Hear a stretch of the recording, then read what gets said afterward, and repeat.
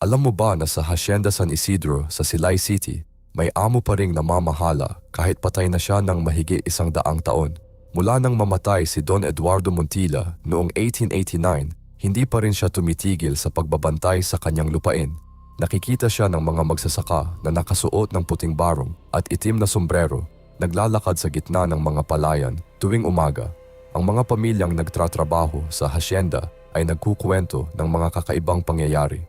Nawawala ang kanilang mga kasangkapan tuwing ani. Tumatanggi ang mga kabayo na pumasok sa ilang bahagi ng bukid. Pagkatapos makita ang multo ni Don Eduardo, biglang nanghihina ang mga trabahador. Ayon sa mga testimonya, hinahanap pa rin ng espiritu ni Don Eduardo ang kanyang kwota sa ani.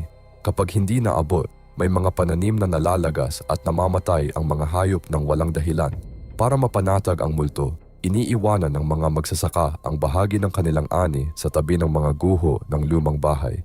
Dahil hanggang ngayon, hindi pa rin naayos ang tunay na pagmamay-ari ng lupain.